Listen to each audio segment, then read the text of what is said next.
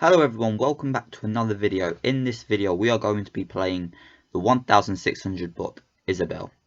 I am Black and if you like this video, slap that like button, but we will get into it. Okay, so d4, d5, and then we have the Queen's Gambit declined on the board. So knight to c3, and then bishop to b4, knight f3, and then just f6, just planning to push f5 in the future. Captures, so now I cannot push f5, so f3 was a little bit of a mistake. Then we have e3, knight to e7, bishop to d2, and castles. Bishop to e2, preparing to castle kingside as well. Bishop to d7, and e4, striking in the center. c6, castles, and now a6. You don't want any knights or bishops jumping there to the b5 square. Okay. Queen to b1. Now this is a little bit of a weird move. I do not understand what he's doing. He might be protecting the e4 pawn, but I wouldn't have played it. So bishop to g4, developing a piece, and now a3, kicking away my bishop.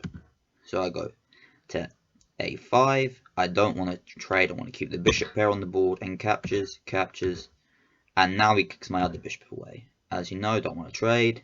Hit the queen, and now the bishop moves in the way.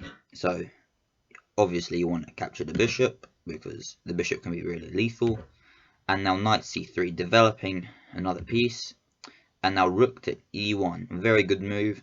Hits the knight and also takes control of the e file. So I do rook to e8, trying to do the same, and now queen to e3, again just hitting that square. So I move, and now the best move in the situation, because captures, it looks like he gives up his queen, but I have to capture with my queen.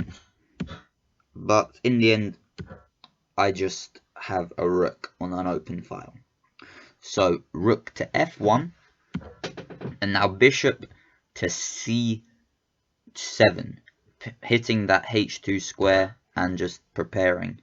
But it leaves the d4 pawn open, and Isabel just captures it. So it's a very good move.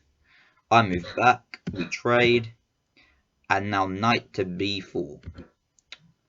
Knight to f4 by me, and now kicking my knight away with g3. I just pick up the free pawn with check, king to g2, and now knight going back to g5. So very good position here. Knight captures, pawn captures. Yes, I've damaged my structure, which is a little bit annoying, but I feel like my pieces are more active than Isabel's. So rook to b1, and now knight to b3, planning to jump to d2 in the future. d5, rook to d8 is a really horrible move, but what else can you play? I might be planning a5 with b6, a5, rook to h1, and now h6, protecting the pawn. Rook to h5, and now a5, kicking the knight away, and I just collect my pawn. Knight to e3, very good move, but I just move back. Knight to c4, and I go rook to d4. Knight to b6, and now rook to d2. Knight to c4, and now rook to c2. Knight to d5, and now b6. Knight to b5, and now I pick up the pawn. Because if I'd have picked up the pawn the move earlier, he would have just got my b pawn, and I want to be going into an endgame a pawn up. So, well, 2 pawns up at the moment. He moves his rook back. I move my knight, hitting his knight. He moves the knight, and I'll go knight to d3. Rook to f1, and now b5, planning to push my pawns to victory. King to f3, and now b4. I've got passed pawn here. Pawn captures, rook captures, and now knight to c5. Rook to a4. I don't want to give up my pawn that easily. King attacks my knight, and now knight back to c5. So it's a very, very difficult position here. I'm up a pawn, but white has got some attacking threats. So knight to d4 and king to f7. Rook to c1, hitting the knight. Knight moves to e6. Knight captures, and now rook to d1. Now, because if you're down material, you don't really want to be trading the pieces. So that's where Isabel played a really good game, but I wouldn't have given up the knight in that situation. But I check, king moves, king to f6, king to c5, and now I go rook to a2, hitting the f2 pawn.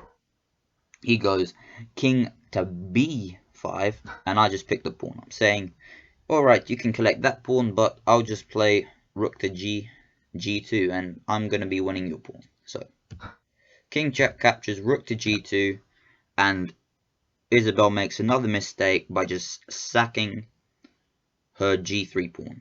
And okay, I just capture it. Rook to a1, check. I check with the rook. The king moves back, and now I go king to g5, preparing to go king to h7, where the rook cannot hit me, which I do next move. King to a5, and now rook to e4. Rook to b2, and now rook to e8. Rook to b4, and now h5. Rook to b5, and now king to h6. Rook to c5, and now rook to f6. Sorry, f8. Rook to c7, and now rook to f6. Rook to c8, and now king to h7. Rook to c5, rook to g6, king to b5, and now h4. I'm just planning to hide my king behind my pawns and rook, and I'm going to win this game. So, rook to c2, g4, and the game just progresses as follows.